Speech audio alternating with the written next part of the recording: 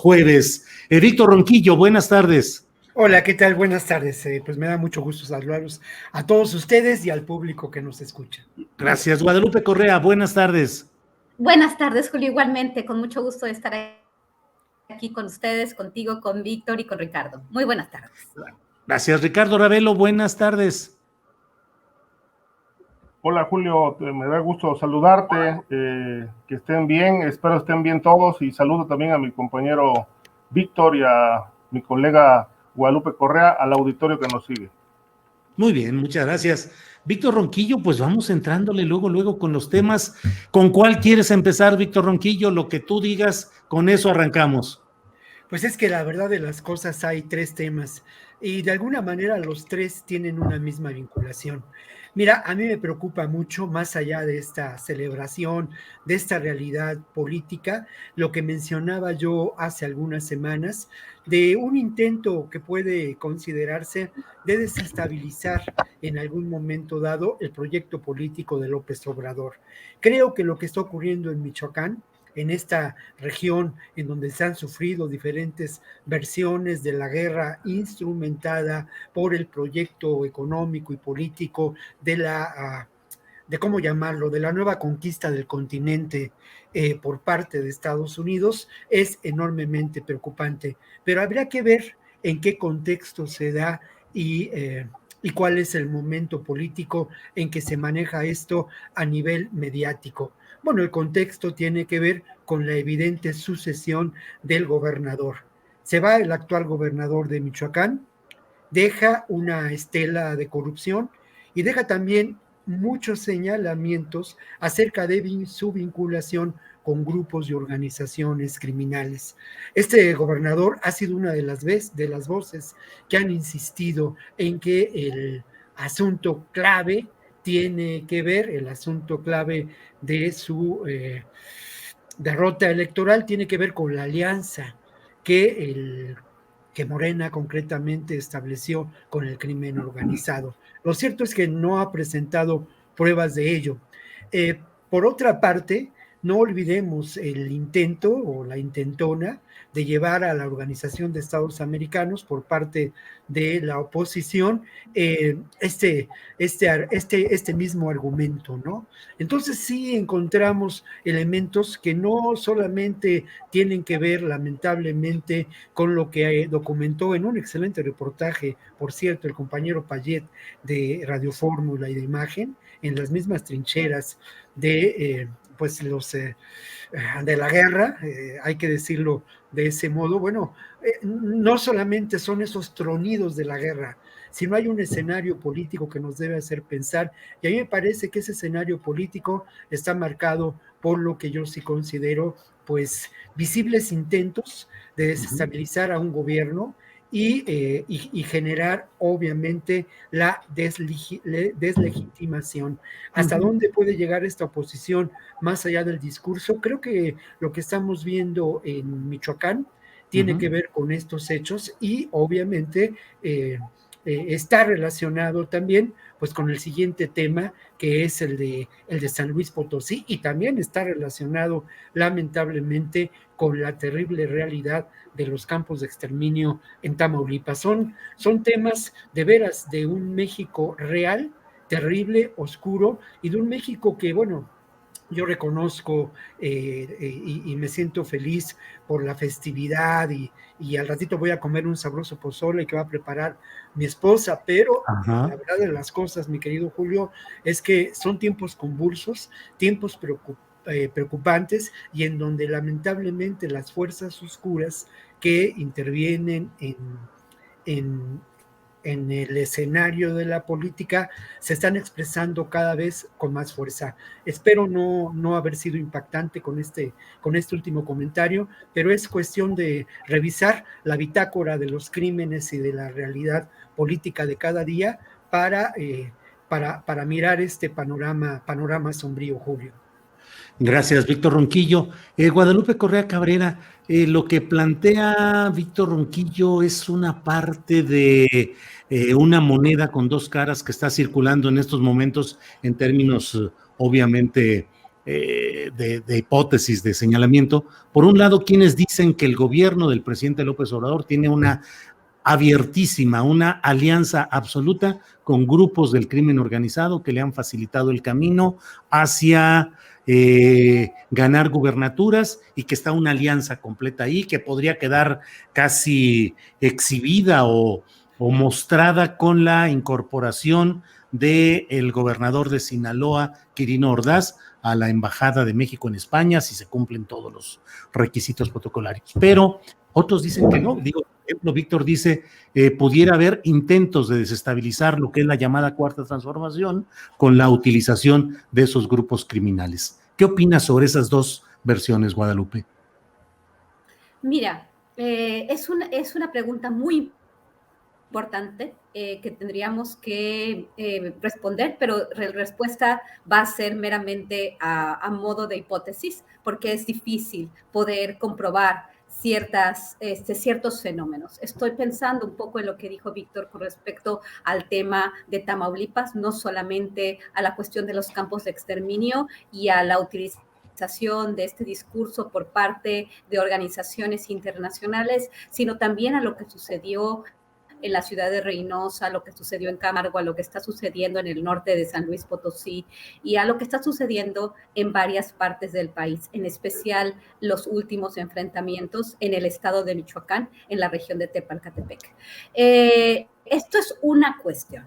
Pero ¿cómo se utiliza la narrativa de la oposición con respecto a este tipo de eventos que todavía no nos explicamos bien, que no caen en la lógica de los enfrentamientos entre grupos de narcotraficantes o grupos de empresarios de lo ilícito, porque los empresarios de lo ilícito no quieren llamar la atención o no deberían de llamar la atención como lo hicieron por mucho tiempo los narcotraficantes mexicanos. Lo que se tiene que hacer, por ejemplo, es dejar que nadie pueda ver, porque, por ejemplo, los narcotraficantes, ¿qué quieren hacer? Llevar droga a los Estados Unidos y no van a decirle a las autoridades, vengan porque yo corté una cabeza, vengan porque yo estoy asesinando migrantes. Entonces, este tipo de eventos nos hacen plantearnos hipótesis de conspiraciones. No estoy hablando de teorías conspirativas, porque cuando alguien plantea algo como precisamente cuando decimos, hay algunos grupos interesados en desestabilizar gobiernos, en desestabilizar esta administración o en desestabilizar administraciones en otros países,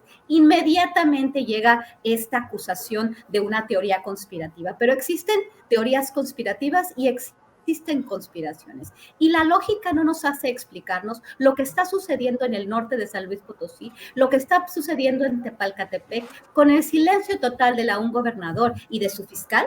Y bueno, ¿cómo se forma esta narrativa? ¿Cómo se genera esta narrativa? Desde el día en que el presidente saluda de mano a la mamá de Joaquín El Chapo Guzmán, se empieza a generar toda una serie de comentarios con relación a que él era el protector del Chapo Guzmán y que estaba en combinación con el crimen organizado. Y yo conozco varios de los grupos y varias de las personas que manejan este discurso. A mí me gusta platicar con gente de centro, de izquierda, de derecha. Me gusta platicar con gente que está participando en muchos espacios. Y uno de ellos, la oposición y las figuras que no quieren nada que ver con el gobierno de la Cuarta Transformación, se la pasan diciendo que hay una vinculación muy directa entre la actual administración y la delincuencia organizada, y que las elecciones del año de este año fueron llevadas por el crimen organizado y bueno, en realidad, cuando pensamos, por ejemplo, en Genaro García Luna y en Felipe Calderón, pues ahí sí, supuestamente, pues el hombre fuerte de la seguridad de Calderón, pues está en la cárcel de Estados Unidos por supuestos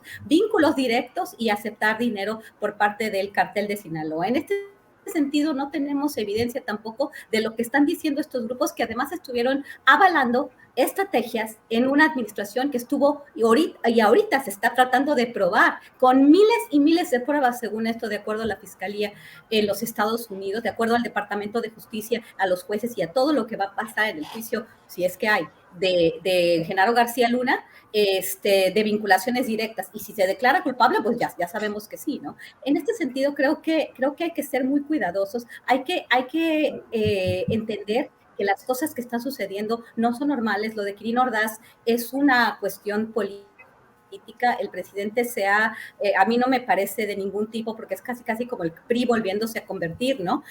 Volviéndose a transformar de alguna forma, y bueno, por ser el presidente pues, realmente hacer tantos andamiajes políticos, tratar de ser un presidente que quiere lealtades, que trata de ser, es un genio de la política, pero eso no lo vincula directamente con el Chapo Guzmán o con lo que está pasando en Sinaloa, ¿no? Yo creo que hay que ser muy claros y hay que ser mucho más consistentes en el análisis de las cuestiones fundamentales en México. No me quiero extender, vamos a tener más tiempo de platicar sobre estos temas, porque el tema de San Luis Potosí es muy importante y quiero hacer en otro segmento unas observaciones al respecto. Muchas gracias. ¿Cómo no?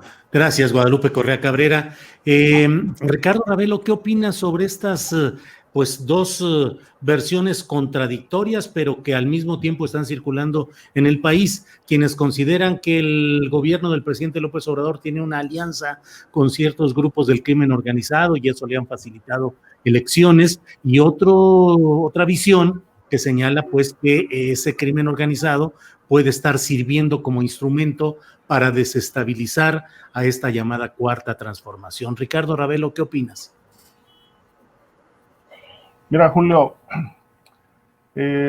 digamos, siendo realmente claros y con un esfuerzo de objetividad, te podría decir que una cosa son las deducciones que a partir de ciertos hechos se han desprendido y se han construido, y algo muy distinto son los hechos. En los hechos, en realidad, no hay un solo dato, un solo elemento fehaciente, contundente, que permita considerar que hay un contubernio entre el presidente de la República y algún cártel de la droga. Es decir, sería un exceso afirmarlo en este momento y decir hay complicidad. Creo que ahí sería muy irresponsable sostenerlo, y además no hay un elemento, como dije, fehaciente para sustentarlo. Ahora, hay señales que permiten deducir, construir, digamos, algunas hipótesis en el sentido de que hay acercamientos, ¿no? Pero bueno, una cosa son los acercamientos, si es que existen, y otra cosa muy diferente es la complicidad o el contubernio. Me parece que son dos mundos totalmente distintos. Pero vayamos a lo más claro. Lo que sí hay, sin duda, es una inacción oficial frente al flagelo del crimen organizado y de la violencia que deriva de estas luchas en los territorios. Ayer justamente escuchaba una entrevista con un sacerdote de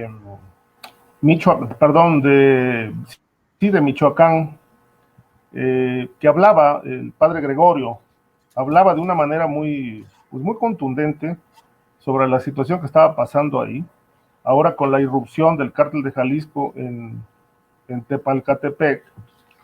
La entrevista que le hicieron al hijo de Mireles, que habla de que, bueno, ellos llevan una etapa de guerra de 5 años, que ve poco reflejada en los medios de comunicación, pero que son luchas cruentas que han cobrado vidas y que pues retrata una realidad muy cruda, ¿no? Que el crimen organizado impone incluso hasta las jornadas del día para los campesinos, y si trabajan en días que no están autorizados, hasta la mercancía les quitan.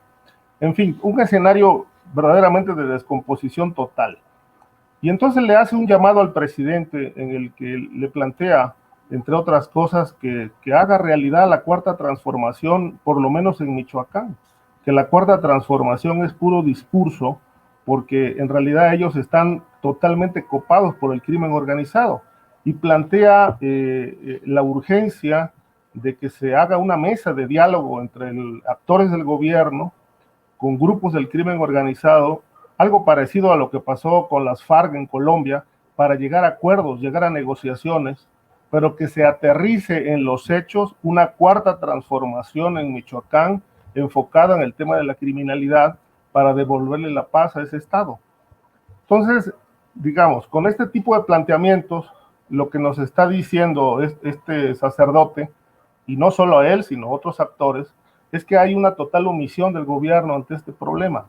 Y esto viene recrudeciéndose en Tamaulipas, como lo decía Víctor, en el Bajío, en Guerrero, etcétera, por todas partes, y no hay una sola postura realmente clara, congruente del gobierno. Es decir, yo creo que esto, digamos, pudiera alimentar la posibilidad de una probable vinculación con el crimen organizado. Yo no la veo, pero sí observo una inacción, un desinterés por el combate al criminal, que hasta 3 años, como aquí lo hemos repetido muchas veces, no hay un solo resultado en ese sentido. El presidente lo ha reconocido y ha dicho incluso que no habrá cuarta transformación en su sexenio si el tema de la seguridad pública no se resuelve, pero sobre todo si no se liberan los territorios que hoy están capturados por el crimen organizado, como es el caso de Michoacán. Entonces son dos cosas diferentes. En el tema de la complicidad o presunta complicidad con el poder, pues en realidad no hay elementos para decirlo. Es decir, si dijera, bueno, es que hubo reuniones, están poniéndose de acuerdo, bueno, aquí ya estuviéramos hablando de eso desde hace rato. Lo que sí vemos es una total omisión del gobierno, que bueno, se presta para construir sin elementos hipótesis relacionadas con complicidades que en los hechos no ocurren. La realidad es otra, es una inacción del gobierno, un vacío legal, aquí hemos dicho también esto, un vacío de poder que es el caldo de cultivo para que florezca el crimen y para que estos territorios realmente sigan capturados. Ahora, no estamos hablando solo de un tema de drogas, ni de control de rutas.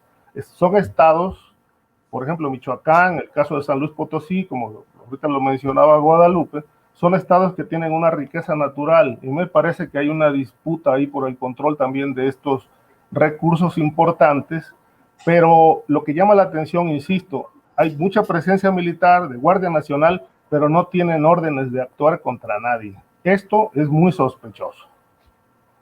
Bien, Ricardo, muchas gracias. Gracias por el análisis. Gracias a Víctor y a Guadalupe y a ti por abordar todo esta parte de nuestro programa. Víctor Ronquillo, pues está el tema de San Luis Potosí, 22 extranjeros secuestrados, aunque en realidad fueron 39, porque hay que incluir 16 mexicanos que también fueron secuestrados y luego ya liberados y encontrados por las autoridades. Pero pues un tema muy impactante sobre esto que sucede en San Luis Potosí. ¿Qué opinas, Víctor Ronquillo? Bueno, son varias aristas, ¿no?, sobre esta realidad.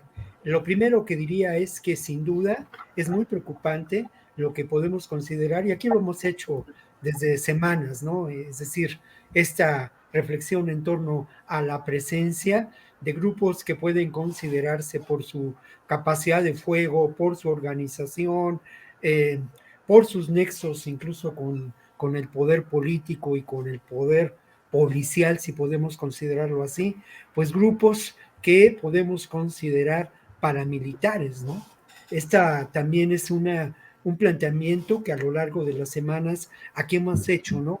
¿Cuántos grupos en este momento existen en el país, en la geografía, pues, candente, ¿no?, de territorios como San Luis Potosí, como Tamaulipas, como Zacatecas, como las fronteras norte y sur? ¿Cuántos grupos de este tipo se encuentran en la región de la frontera de Michoacán con el Estado de México y en el propio Michoacán? Creo que ese es un tema para reflexionar. ¿Y cuál es la vinculación de estos grupos con el poder político, ¿no? Con el poder político no necesariamente que responde a las elecciones, sino con viejos poderes caciquiles, como ocurre en Guerrero. Creo que esto nos puede plantear una manera diferente para reconocer la información que cotidianamente vemos en relación a casos tan extremos como el que has mencionado y a hechos también tristes que ocurren día con día en esta frontera, por una parte de Zacatecas con San Luis Potosí y por otra parte en esta realidad de conflagración en Michoacán. Oye, Víctor, sí, perdón, dime. habla sobre los grupos paramilitares y nada más me gustaría preguntarte, a ver, esa precisión. Hablas pues de grupos que no necesariamente son los tradicionales del crimen organizado, sino que son grupos financiados por empresarios o por políticos Mira, con otro tipo de propósitos yo más creo allá. que este es un tema que aquí tendremos que analizar y que lo hemos planteado ya en distintas ocasiones con el propio Osvaldo Zavala, ¿no? O sea, mira, aquí decíamos en tono de broma la capacidad camaleónica que tiene el cártel Jalisco Nueva Generación para actuar. Yo documenté en alguna de las sesiones anteriores la actuación de un grupo paramilitar en la frontera del Estado de México y Michoacán.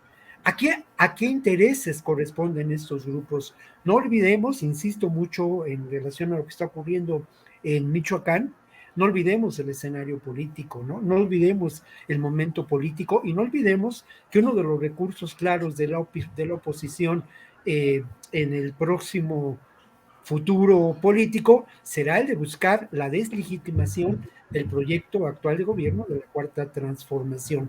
¿Quién patrocina estos grupos? ¿Cómo se constituyen? Yo creo que es una historia en la que tendríamos que reflexionar. Indudablemente, los videos que hemos conocido del cártel Jalisco Nueva Generación dan lugar a muchas dudas, ¿no? Si uno revisa esos videos, pues uno ve que están refaccionados con equipo, pues, impactante, sí, pero que parecería una escenografía para una serie de Netflix. Lo que no es escenografía son los muertos, ni tampoco el dolor que se está causando en Michoacán. Yendo a la realidad de San Luis Potosí, bueno, esto es me parece que esto es importantísimo, ¿no? Señalarlo, y que esto puede ser uno de los aportes en términos de claridad hacia la realidad que analizamos aquí semana con semana. Pensemos más allá de los cárteles tradicionales y de las organizaciones criminales en posibles grupos paramilitares que pueden funcionar y que pueden actuar en distintos momentos y en distintas ocasiones con fines muy diferentes, aliados en ocasiones también con lo que podemos considerar el poder económico de las transnacionales, ¿no? Todo esto. Ahora, referente a Julio, nada más quiero anotar lo siguiente, no hay duda de que estamos en los momentos en que se está fraguando lo que puede ser un imperio criminal en San Luis Potosí. Si uno revisa la historia del gobernador electo, encontrará similitudes con la historia de García Cabeza de Vaca, no tanto en lo político, sino en la cantidad de recursos económicos y de alianzas políticas con grupos muy oscuros que los encumbran y llevan al poder. Posiblemente en 6 años encontremos un estado en donde por su ubicación geográfica las fuerzas oscuras de estos grupos que también existen en términos reales, ¿no? De poderes fácticos del crimen organizado, pues sin duda dictarán los destinos posibles de San Luis Potosí y llevarán al Estado a una situación de conmoción, ¿no? Social. Sí. Víctor Ronquillo, muchas gracias. Guadalupe Correa, pues está el tema de San Luis Potosí con el cual abrimos y la verdad este tema que pone sobre la mesa Víctor Ronquillo de los paramilitares. Por favor, tu opinión, Guadalupe. Claro. Pues mira, yo no puedo estar más que de acuerdo con lo que dicen mis dos colegas en esta ocasión. Creo que lo que dice Víctor a mí me hace muchísimo sentido porque, como dije antes, estos grupos y la manera en que están operando las víctimas, los modus operandi, no nos hablan de grupos que sean los grupos tradicionales, sino más bien de grupos paramilitares. Y hay que ver quién está formando estos grupos, esta generación de mercenarios, muchas veces inclusive por empresas privadas en los Estados Unidos. Cuando pensamos en lo que fueron los Zetas, cuando pensamos en lo que fueron la familia michoacana o los caballeros templarios, siempre que uno se adentra un poco más, y esto lo leí de varios de nuestros colegas, incluyendo a Ricardo Rabel o Víctor Ronquillo y todos estos periodistas que hicieron mucho trabajo importante desde las trincheras en los primeros años de este siglo. Estos trabajos periodísticos muestran que parte de los caballeros templarios o parte de los zetas supuestamente habían recibido, nadie lo confirma bien porque la información es muy escueta en ese sentido, ¿no? ¿Qué tanto entrenamiento estas miembros de fuerzas especiales recibieron en Estados Unidos? Y luego nos hablan esas historias de mercenarios que vienen de otras partes, de Israel, algunos de Colombia, algunos también formaron parte de las fuerzas especiales del ejército guatemalteco. Hablo en particular de los caiviles. Estoy pensando que el cártel Jalisco Nueva Generación, también hay algunos reportajes que vinculan a algunas células del cártel Jalisco Nueva Generación con esta especie de mercenarios. Yo creo que no existe y no lo hemos podido hacer. Cuando yo me enfoqué más bien en la parte del Golfo, y algunos nos enfocamos en la parte del Golfo, en los años de Calderón y los primeros años de Enrique Peña Nieto, en ese momento estaba surgiendo el cartel Jalisco Nueva Generación. ¿Y cómo surge el cartel Jalisco Nueva Generación? De alguna forma, y obviamente con sus diferencias importantes, porque son dos momentos distintos en el tiempo, pero empieza también un grupo pequeño de grupos armados que empiezan a operar junto con las fuerzas del orden. Y a esto me refiero, y creo que ya lo hemos mencionado en otras ocasiones, el cartel del milenio y cómo los matacetas, que estaban de acuerdo a algunos reportajes, inclusive en el LA Times, yo lo recuerdo muy bien, la reportera Wilkinson hizo un par de reportajes muy importantes con relación a los matacetas y al paramilitarismo y cómo estos matacetas aparentemente estaban operando con la Marina Mexicana y con el gobierno de Veracruz. Aquí es donde empieza este grupo y cómo se empieza a extender tan rápido, obviamente con protección política, porque también lo que dice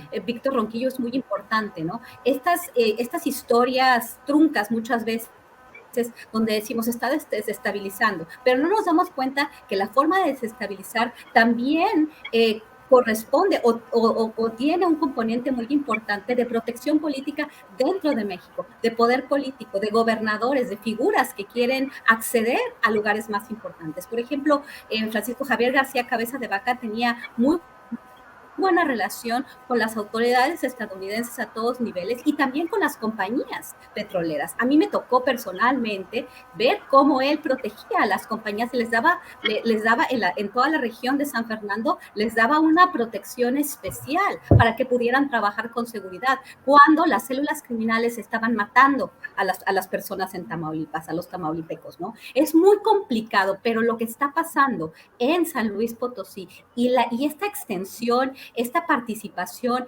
esta cobertura mediática de medios como Vice News. Empieza Vice News porque es un medio que se ha dedicado una y otra vez a presentar. Estoy hablando de un caso en particular porque me llama mucho la atención esa cobertura, pero también me llama la atención la cobertura de otros medios que siguen a medios como Vice News, como si el cartel Jalisco Nueva Generación fuera esta organización que lo puede todo, ¿no?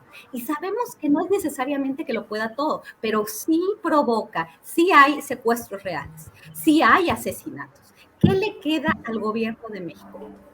Y por el otro lado también estoy de acuerdo con Ricardo Ravelo, ¿no? Parece que este gobierno pareciera que no quiere entrar en la misma provocación. ¿Por qué? Porque en los primeros años y en los últimos años de Fox se dieron varios eventos que justificaron la de llamada guerra contra las drogas. Este tipo de temas son muy, muy complejos porque hay muchas fuerzas operando, pero por el otro lado, el gobierno mexicano no ha podido encontrar la manera de lograr esa estabilidad de alguna forma, ya sea haciendo trabajo de inteligencia, enviando acciones dirigidas en ciertas partes del territorio, y es muy reactivo, ¿no? Lo que pasa con Tepalcatepec y la Guardia Nacional nos hace ver también que el gobierno se encuentra rebasado, y eso es precisamente lo que gobiernos como el de Estados Unidos utilizan para decir, ya ven, vamos a volver a otra vez la iniciativa Mérida, ahora con un discurso mucho más amistoso. Ya vemos cómo llega el nuevo embajador, ya vemos ahora cómo las autoridades estadounidenses supuestamente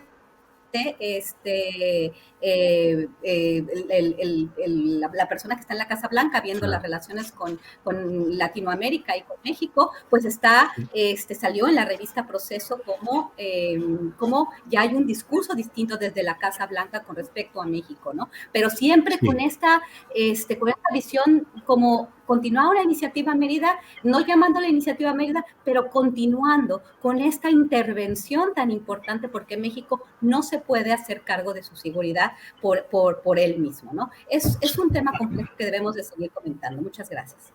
Gracias a ti, Guadalupe Correa Cabrera. Ricardo Ravelo, pues el tema da para mucho, como hemos visto, lo puedo yo enumerar muy rápido, el caso de San Luis Potosí, los paramilitares, los mercenarios. ¿Qué opinas, Ricardo?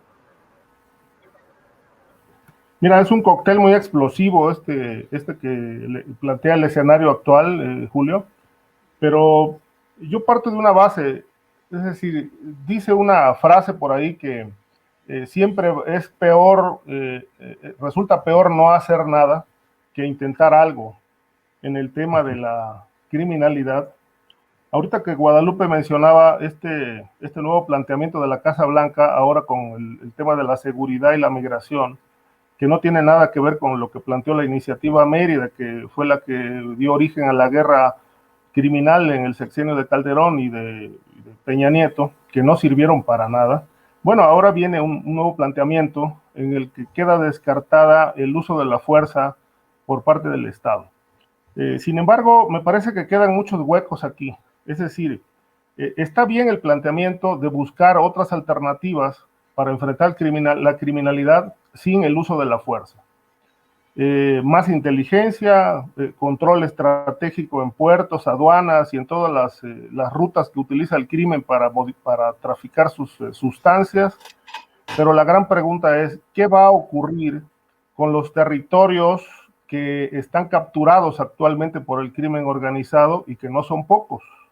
Es decir, ¿cuál va a ser ahí la postura del gobierno mexicano para, por ejemplo, destrabar el conflicto en Michoacán, Guerrero, Tamaulipas, para rescatar a la sociedad capturada por el crimen, para desarticular las redes criminales que hoy gobiernan municipios completos? Y San Luis Potosí es un ejemplo clásico, histórico, de este flagelo donde el crimen organizado no solamente está causando violencia y secuestrando extranjeros, como acaba de ocurrir en San Luis Potosí, sino que además tiene el control de todas las policías, por lo menos el 90% de las corporaciones en los estados y municipios no las tiene el gobierno, las tiene el crimen. Por otro lado, los municipios están gobernados por crimen organizado en casi más del 80%, no de ahora, sino fue un tema que empezó a ser ruidoso desde el 2010, desde el año 2000, perdón. Y bueno, a partir de esto, pues hay una serie de ramajes, una serie de vinculaciones políticas, criminales, donde el crimen organizado ha capturado municipios completos y cada 3 años compiten nada más miembros de un determinado cártel, y cuando un miembro de la sociedad civil emerge con una propuesta diferente, pues es eliminado, o le ofrecen dinero, o lo amenazan, o lo matan. Es decir, esta es la realidad que se ha multiplicado por todas partes. Yo hoy sigo insistiendo en que este es un vacío legal, un vacío de poder que ha construido todo el caldo de cultivo para que el crimen florezca. Ahora, en San Luis Potosí lo que vemos es una guerra, pues son por lo menos 6 grupos criminales los que actualmente están disputando el territorio. Entre ellos está el cártel de San Luis Potosí Nueva Generación, un cártel local conformado, según las denuncias que he leído, por miembros del PRI o exmiembros del PRI que fueron alcaldes, que ya fungieron como regidores y que hoy están del lado criminal postulando también candidatos de su cártel para mantener control político, control territorial y control criminal y control policíaco. Ahora, estas redes realmente que se han multiplicado por doquier, pues son las que no ha combatido el Estado mexicano. Es decir, el asunto criminal no es un tema solo de violencia, solo de ir a apaciguar un territorio y decir, bueno, pues interviene el ejército, se enfrenta al cártel de Jalisco y bueno, se apaciguan las cosas, están presentes en ese territorio y se acabó. No, el asunto es, bueno, hay un proyecto realmente para desarticular estos vínculos criminales y políticos. De ahí, bueno, todo este asunto de los paramilitares. Porque todo está ligado, ¿no? Hay grupos de poder detrás, empresarios, por supuesto, metidos en el lavado de dinero que obedecen a otros intereses y que, por supuesto, coincido con lo que plantea Víctor, pueden estar vinculados a esos intereses para crear desestabilización política e ingobernabilidad que al final de cuentas pues le termina cayendo la responsabilidad al presidente justamente porque tampoco está haciendo nada para enfrentar ese asunto. Entonces, lo de San Luis Potosí es una película que la podemos ver con más o menos, con unos u otros detalles de diferencia en Guerrero, en Jalisco, en el Bajío, en Tamaulipas. Es decir, es un fenómeno que se ha multiplicado porque el Estado mexicano ha dejado de hacer su tarea. No es un tema que surgió con López Obrador, eso hay que dejarlo claro. Este es un asunto que se viene arrastrando por lo menos de hace 20 años, por decirlo menos. Desde el gobierno de Vicente Fox, prácticamente el tema de la seguridad ha estado bajo cuestionamiento y obviamente las vinculaciones, las complicidades, es el resultado de todo este desastre que hoy lamentablemente pues le toca a la Cuarta Transformación lidiar con esto, pero creo que independientemente de que sea una herencia, que no sea producto de este gobierno, me parece que el gobierno actual está haciendo su parte y la está haciendo muy mal por no actuar con una estrategia clara y definida. Cuando el presidente habla, estamos combatiendo las causas, realmente yo no le creo, y este es un asunto que mucha gente comparte, ¿no? Lo he leído. No se le cree porque lo que dice es inverificable. ¿Cuáles son esas causas?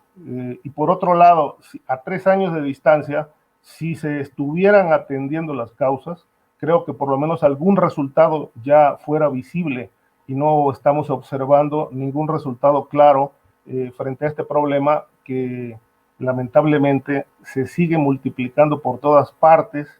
Es decir, más de medio país está capturado por el crimen y no hay una sola acción de gobierno para poner orden en este desorden. Gracias, Ricardo Ravelo. Víctor Ronquillo, estamos hablando de estos temas en diferentes entidades. Hay una referencia a los campos de exterminio detectados en Tamaulipas y yo un poquito extiendo, Víctor Ronquillo, ¿qué podemos esperar, digo, además de este tema de Tamaulipas en general, de la conducta de Estados Unidos, de la administración Biden con el nuevo embajador que llega, que está atento a lo que sucede aquí?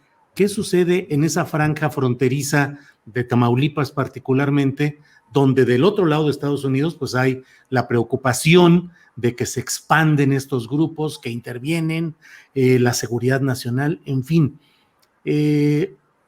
¿Puede el proceso de cambio que va realizando la Cuarta Transformación, puede recibir una reacción dura de Estados Unidos aprovechando estas circunstancias regionales, Víctor?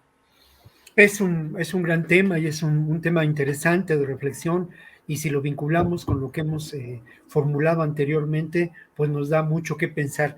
Yo mientras platicabas y proponías esta reflexión, Julio, yo recordaba una charla que hace algunos meses tuve con María José Rodríguez Rejas, que es autora de un libro que tengo aquí enfrente en mi escritorio y que habla de la norteamericanización de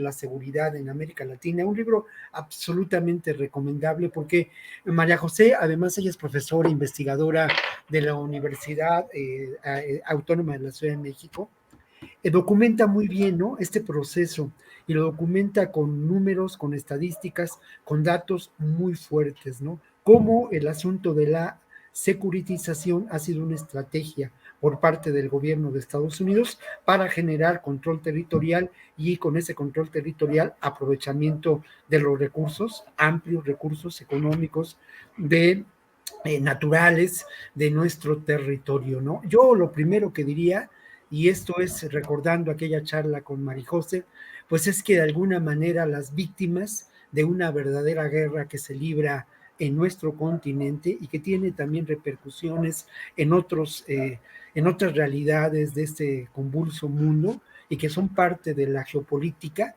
bueno, las víctimas son los pobres, ¿no? Uno no puede imaginar el horror de lo que significan esta media tonelada de restos humanos encontrados en la Bartolina, ahí cerca de San Fernando, ¿no? ¿Qué es lo que motiva a estos personajes que incurren en estos crímenes? Yo creo definitivamente, y lo escribí hace algunos años, que es el mal, pero el mal no con cuernitos y cola de chamuco, sino el terrible mal de un proyecto económico y político que tiene vigencia y que se establece como un proyecto neocolonialista desde Estados Unidos. Cuando hablo de Estados Unidos, obviamente no hablo de los amigos de la academia, ni de los amigos de las organizaciones, ni de ese pueblo liberal, ¿no? Auténticamente. Hablo de los intereses económicos, políticos, de este complejo militar industrial, de estas verdaderas transnacionales del terror y vinculadas obviamente con el armamentismo y con la industria del armamentismo, ¿no? Entonces, todo esto me parece que corresponde a un proyecto político que va más allá incluso de demócratas y republicanos, ¿no? Y que tiene que ver precisamente con generar estas tensiones. Habría que preguntarse, yo no estoy de acuerdo en lo que dice Ricardo, en que medio país está tomado por estas oscuras fuerzas. Creo que hay regiones muy localizadas en distintos estados que ya hemos mencionado. Esta geografía es muy visible, esta geografía la conoce el público que nos escucha, la conocen los periodistas, la conocen los medios, pero creo que es muy localizado lo que estamos enfrentando y sí ocupa una gran extensión, pero no es medio país. Pero bueno, hecho este paréntesis, ¿a quién conviene esta situación de inseguridad, de violencia generalizada, de inestabilidad creciente? Por lo menos desde la perspectiva de algunos medios de información, que eso también hay que mencionar, ¿no? Así como mencioné la excelente labor del colega Payet, que yo respeto mucho y admiro mucho, pues bueno, también no olvido en qué casa de trabajo es donde realiza su actividad y cómo pues esa casa de trabajo la ha dado voz, en el caso de Michoacán, al gobernador saliente, ¿no? Por ejemplo, cómo ha sido parte de un proyecto pues de comunicación muy claro. Pero bueno, volviendo a esto, ¿a quién beneficia? ¿Quiénes son los sectores? ¿Quiénes son los grupos? Pues ni más ni menos que son los viejos aliados de este sistema terrible, trágico, que nos ha llevado a esta situación pues enormemente preocupante que vivimos en este país. Sobre si la estrategia, aquí también sería un tema a desarrollar muy amplio, el si existe o no una estrategia por parte del actual gobierno. A mí me parece que existe y que tiene que ver con la disuasión, con la presencia de la Guardia Nacional. Puedo estar o no de acuerdo, pero eso es así, que tiene también una pata en la estrategia localizada que se va generando a partir del trabajo cotidiano y que tiene también un elemento importante en la política social y uno todavía más importante en la actividad de la unidad de inteligencia financiera. Los resultados no son a corto plazo, son a largo plazo, pero creo que lamentablemente el fenómeno de la violencia política, como si lo enmarcamos en todo lo que hemos reflexionado en esta emisión de esta mesa y en otras muchas, cuando hablamos de violencia política, hablamos de todo esto. Bueno, el fenómeno de la violencia política en estos momentos, lamentablemente, sí rebasa al proyecto de la transformación del gobierno de López Obrador no hay duda, ¿eh? Y es Ujú. lacerante y doloroso de acuerdo a las personas que cotidianamente enfrentan situaciones apremiantes, desesperadas y en muchas ocasiones la pérdida de la vida, ¿no? Gracias, Víctor Ronquillo. Guadalupe Correa, pues el mismo planteamiento que le he hecho a Víctor Ronquillo, pero un poquito trato de afinarlo en esto. Los avances que lleva este gobierno del presidente López Obrador, posturas como la relacionada con Cuba, con la OEA, CELAC, acercamientos hacia gobiernos progresistas de Sudamérica, puede generar en la política de Estados Unidos la reacción de generar más problemas adentro de México y entre ellos esa mayor presencia de golpes de escándalo y de temor generalizados del crimen organizado?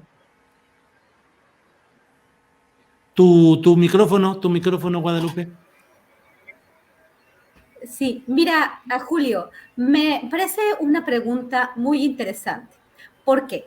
Porque en la realidad, nosotros en México y los gobiernos mexicanos, tanto el de Andrés Manuel López Obrador como los otros gobiernos, pues tienen que estar muy al pendiente de lo que diga Washington. Esto es algo que nosotros no tenemos ninguna manera de evitar. Es interesante que los gobiernos que han sido absolutamente entreguistas, como las otras administraciones pasadas, que han sido extremadamente dóciles y extremadamente vendepatrias de alguna forma. ¿Por qué? Porque, bueno, también han tenido, pues premios, ¿no? Porque han estado ahora muchas de las personas que negociaron la reforma energética, que contribuyeron a esta negociación, llegaron a formar parte de las juntas directivas de empresas como un premio, ¿no? Entonces, en realidad, en Estados Unidos juega un juego muy perverso muchas veces, ¿no? En el tema, por ejemplo, de este acercamiento tan importante que tuvo el presidente Calderón con los estadounidenses, que los dejó entrar hasta la cocina, que les facilitó totalmente la entrada, que les hizo el trabajo como ellos querían. O sea, la iniciativa Mérida realmente fue el sueño de Estados Unidos y lo hizo posible el presidente de México. ¿Y cómo le pagaron los estadounidenses? ¿Y cómo le pagaron los estadounidenses a Genaro García Luna? Es bien interesante que hagamos lo que hagamos, haga el gobierno mexicano lo que haga el gobierno mexicano, siempre termina enlodado, siempre termina vituperado, siempre termina, no, pues es que México no está haciendo las cosas bien, si nosotros les dijimos que las hiciera así, pero si realmente ellos dijeron cómo querían las cosas, con Iniciativa Mérida, con sus pilares, cómo fueron incrementando pilares y México estuvo cumpliendo al pie de la letra todos y cada uno de los requisitos y aún así pues cayó Felipe Calderón cayó de la gracia de los estadounidenses y su gente más cercana. Por el otro lado, lo mismo, o sea, yo recuerdo, pues todos recordamos el arresto del general Cienfuegos, a quien premiaron de alguna forma por haberles comprado billonarias cantidades de armamento de altísimo calibre para guerras. Además de todo, lo que seguíamos bajo la Iniciativa Mérida, de todo lo que se causó a sí mismo esta guerra, que no era nuestra, y que declaró el presidente Calderón y que que continuó la siguiente administración de una forma pues muy, muy penosa. Además, les estábamos comprando armamento de altísimo calibre. Pues aún así, lo arrestaron en la ciudad de Los Ángeles, en California.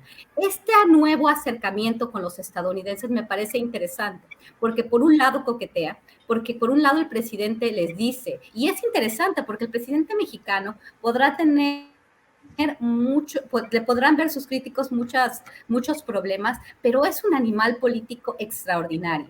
Entonces, por un lado, coquetea con los estadounidenses durante su gran discurso, un discurso que me pareció interesantísimo para la celebración del Día de Simón Bolívar, y dice, yo voy a estar con ustedes porque China es un riesgo para la seguridad hemisférica, es un riesgo para la geopolítica, pero por el otro lado tiene una postura muy clara con relación a la OEA y bueno, invita a su homólogo cubano, que es enemigo del imperio, porque también podríamos estar hablando de Cuba, pero ese sería otro capítulo muy distinto, ¿no? ¿Qué tan enemigo ha sido Cuba de los estadounidenses y por qué Estados Unidos nunca ha podido con Cuba y nunca pudo con Fidel Castro, y quién creó a Fidel Castro y quién después lo trató de matar. Eso es muy interesante. Algún día deberíamos de hablar del caso de Cuba. Pero independientemente, Estados Unidos, no nada más después de supuestamente una relación, pues una relación compleja, porque Andrés Manuel López Obrador se llevaba bien con Biden. Como dice la oposición tiende a simplificar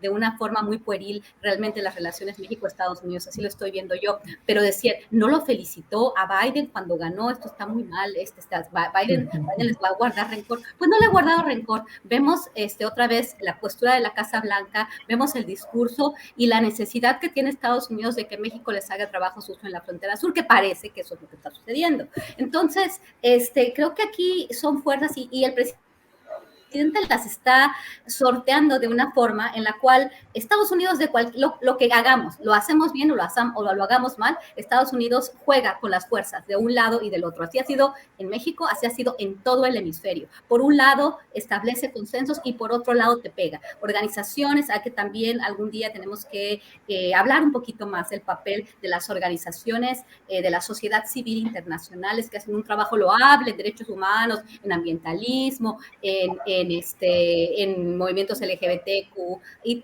entonces también el gobierno de Estados Unidos mete dinero en estas dos, en el poder blando y en el poder duro, y al final siempre ha podido pues consolidar lo que es su doctrina Monroe, América para los americanos, y eso le interesa, y con el gobierno de México va a colaborar cuando le parezca bien, va a tener un discurso bueno, porque también le interesa que México sirva de muro para mantener y para restringir la migración que viene de países muy pobres y de otros países del mundo.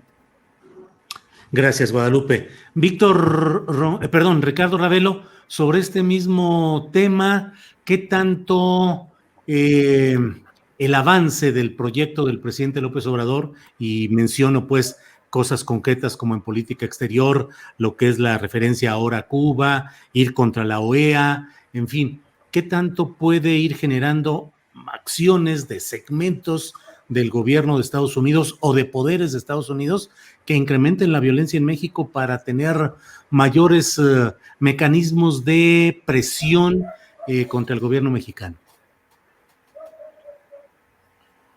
Mira, respecto a lo de el presidente de Cuba, me parece que se politizó esta visita en exceso. Pues bueno, el presidente tiene la libertad de invitar a quien se le pegue la gana, ¿no? Finalmente son presidentes que comparten algunas cosas, no en todo, no están de acuerdo, pero hay coincidencias. Me parece que en el tema de la OEA hay coincidencias, como dice Guadalupe. Bueno, el presidente de Cuba es un enemigo del régimen imperialista y obviamente es un aliado en este asunto de pues cuestionar las acciones de la OEA, y pues quizá sea también una pieza clave en la nueva propuesta de un nuevo organismo que sustituya a la OEA, si es que esto se concreta. Por lo demás, me parece que la posición actual del gobierno es un tanto diferente a la que hemos estado acostumbrados en los sexenios anteriores, ¿no? Lo que hemos visto en los sexenios anteriores, Guadalupe ya hacía un planteamiento ahí muy puntual en eso, ¿no? Veíamos entreguismo, pasividad, siempre a las órdenes de Estados Unidos, lo que disponga Estados Unidos, y bueno, esto trajo consecuencias pues graves, ¿no? Primero que nada, pues hay que recordar, por ejemplo, que con Carlos Salinas de Gortari se abrió la puerta de par en par para que la DEA entrara al país y hiciera y deshiciera sin rendir cuentas, sin informar absolutamente nada sobre sus acciones. Secuestraban a personajes del crimen organizado y se los llevaban a Estados Unidos. En fin, la DEA, para la DEA, México era una extensión del territorio estadounidense. A la vuelta de los años se puso orden en esto. Cuestionado o no, a partir de lo del caso Cienfuegos, dijeron, bueno, se acabó la fiesta, hay que poner nuevas reglas. Y bueno, se cambió la Ley de Seguridad Nacional para limitar el número de agentes extranjeros, y en el caso particular de la DEA, pues ahora se redujo el número de agentes y tienen que informar sobre sus investigaciones. Eso me pareció un acierto, cuestionado, pero bueno, habla de una postura más clara, menos entreguista del gobierno mexicano. Segundo punto, el asunto de la migración. Pues bueno, cuestionado el hecho de que México haya enviado a tropas a elementos de la Guardia Nacional como muro de contención a la frontera sur, con todo lo que se ha dicho del exceso de fuerza, etcétera, etcétera, le estamos haciendo el trabajo sucio, pero hay un planteamiento que me parece interesante, esta carta que le envió el presidente López Obrador a su homólogo Biden, en el sentido de que, bueno, aquí está una propuesta para que realmente haya una solución al problema de la migración. Independientemente de que yo puedo hacer el trabajo de muro por un tiempo, porque esto no va a ser permanente, pues creo que la postura debe ser invertir en la zona y que realmente la inversión sea el verdadero muro que contenga a los migrantes que están en situación de desgracia y que van a Estados Unidos en busca de soluciones. Ahí está una propuesta, de que la vayan a acatar o no, bueno, eso es algo distinto, pero hay una postura. Es decir, antes en México ni siquiera los presidentes se atrevían a hacer propuestas, simplemente recibían órdenes. No dudo que haya órdenes, porque las hay. Por ejemplo, el caso de militarizar los puertos y las aduanas, pues fue una petición de Estados Unidos que se acató a pie juntillas por parte del gobierno mexicano, y que obviamente le dio una voltereta al discurso de López Obrador de que no iba a militarizar el país. Pero bueno, se lo pidieron en Estados Unidos, eso aquí lo expuso Kamala Harris en su visita última a México, de la necesidad de frenar el flujo del fentanilo hacia Estados Unidos y que era necesario militarizar las zonas portuarias. Bueno, ahí están las zonas portuarias, el presidente se tuvo que tragar su discurso de años de no militarizar el país para obviamente atender la petición de Estados Unidos. Pero por otro lado, bueno, está el tema ahorita del asunto de las drogas, con esta nueva política que desde la Casa Blanca se está rediseñando, pero Estados Unidos creo que también, de acuerdo con esta última entrevista que salió publicada en Proceso, de cómo se va a reordenar esta política antimafia para México, para la región, me parece que Estados Unidos por primera vez también reconoce, porque esto no lo habían hecho en anteriores gobiernos, que ellos tienen que hacer su parte, y su parte tiene que ver y mucho en el tema de la atención al asunto de la drogadicción, que es tremendamente complicado para ellos, y en el asunto de las armas, digo por decirlo menos, para poner atención en el flujo de armas hacia México, que es lo que ha detonado en buena medida la violencia también, porque han terminado en manos de los cárteles, pero reconocen que tienen que atender su parte y que México tiene que hacer la suya. Me parece que esto va encaminado a un posible acuerdo para establecer una política antimafia entre ambos países, porque la necesitan, que puede tener un resultado, en efecto, no a corto plazo, quizá a mediano y largo plazo, con el no uso de la violencia, que por primera vez se está considerando como una alternativa para enfrentar un flagelo que por años se combatió con la coerción, con la violencia, con la guerra, porque en efecto, como lo acaba de mencionar Guadalupe, para Estados Unidos la guerra contra el narcotráfico no solamente iba enfocada con el objetivo de desarticular cárteles, sino también de hacer negocio, porque ellos vendían las armas, hoy era un doble negocio, ¿no? Le vendían armas a México y al gobierno mexicano, al ejército, y al mismo tiempo armaban a los grupos criminales. Entonces ganaban por todos lados. Ahora me parece que si no hay violencia, si no va a haber el uso militar para enfrentar al crimen, pues la política va a privilegiar la estrategia, la inteligencia. Ya estamos viendo esto, no hay resultados en efecto, no hay resultados todavía, pero bueno, se están dando algunos pasos que me parece que plantean líneas de entendimiento entre ambos países, donde en el pasado, y no muy lejano, nada más había una voz cantante, que era la de Estados Unidos. Bien, Ricardo, muchas gracias.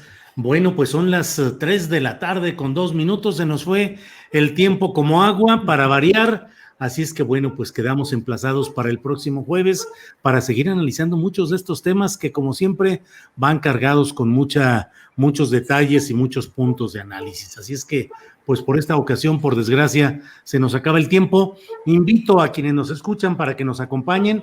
Terminando esta mesa voy a hacer un editorial sobre lo que opino acerca de lo que pasa en la revista Proceso con esta renuncia de Alejandro Caballero, que señala, entre otros aspectos, pues un señalamiento de la derechización de esta revista histórica necesaria, importante. Entonces voy a hablar sobre eso, luego tendremos más información con Adriana Buentello, un adelanto de lo que tendrá hoy Sol Ángel en su programa del Palo de la Piñata, y bueno, pues muchas gracias a quienes nos van a continuar acompañando en este programa. Víctor Ronquillo, buenas tardes, gracias, y quedamos emplazados para la que sigue. Órale, muchas gracias. Solamente, mira, invitar al público que nos escucha. El próximo domingo en Capital 21, en el canal 21 de la Ciudad de México, vamos a realizar una mesa de reflexión, de debate en torno al tema de la reconstrucción. Y a propósito de ello, Julio, pues yo también quiero invitar al público, de verdad, a, pues no sé, a participar en este proyecto de información que se da en este canal, que es un canal donde estamos trabajando por la televisión pública, perdonen por el comercial, pero de verdad estamos trabajando en ocasiones a ciegas, con mucho entusiasmo, con pocos recursos, pero en una redefinición de lo que puede ser la televisión pública, y ahí hay un grupo de trabajo que encabeza Azul Alzaga, en donde está Juan Becerra, que también es colaborador de este espacio, y en donde hay un excelente grupo de reporteros. Perdón por el comercial, pero de verdad, adelante. Que vale la pena lo que se cocina sobre todo en el área informativa de Capital 21. Sale, gracias Víctor Ronquillo, buenas tardes y gracias. Guadalupe Correa Cabrera, gracias y buenas tardes. Muchas gracias, Julio. Un placer como siempre y un gran abrazo a mis colegas Víctor Ronquillo y Ricardo Ravelo. Solamente decirles que sí, creo que la propuesta de una televisión pública como la Capital 21 y con los colegas que se les quiere mucho, yo también, bueno, es una gran propuesta y me da mucho gusto que haya ahora nuevas figuras que puedan hacer un comentario, ¿no? Creo que la democracia ha llegado al país y bueno, aunque a veces no nos guste y nos divida como pueblo, pero de eso se trata, ¿no? De eso se trata, de establecer posturas y que hagan la mejor. Entonces, bueno, pues muchísimas gracias por siempre, por el diálogo, por la oportunidad y les mando un saludo a todos ustedes. Hasta luego. Gracias, Guadalupe Correa Cabrera. Ricardo Ravelo, muchas gracias, buenas tardes. Sí, Julio, buenas tardes. También un saludo para Guadalupe, para Víctor. Va a estar muy interesante tu editorial sobre Proceso. Estaré muy atento porque, bueno, conozco las entrañas de la revista. Me llamó mucho la atención la carta de Alejandro Caballero, a quien conozco, admiro como periodista, fuimos compañeros, pero obviamente no tengo nada que decir sobre lo que él plantea, fue lo que vivió, es lo que dice, es lo que opina. Me parece que no es nada que yo y muchos de nosotros ex Procesos ignoremos, pero creo que de un punto de vista, me parece que no todo es responsabilidad de Jorge Carrasco. Podría decir, porque la historia y mi experiencia me autoriza, que esta situación de Proceso es producto de una larga cadena de desatinos y hierros que incluyen al propio Julio Scherer García. Bien, Ricardo Ravelo, pues sí, efectivamente un tema polémico, ya me estás poniendo a temblar con lo que tengo que decir a continuación, pero bueno, pues sobre eso vamos a hacer algún comentario enseguida. Gracias a los tres, espero que nos veamos el próximo jueves. Un abrazo. Gracias.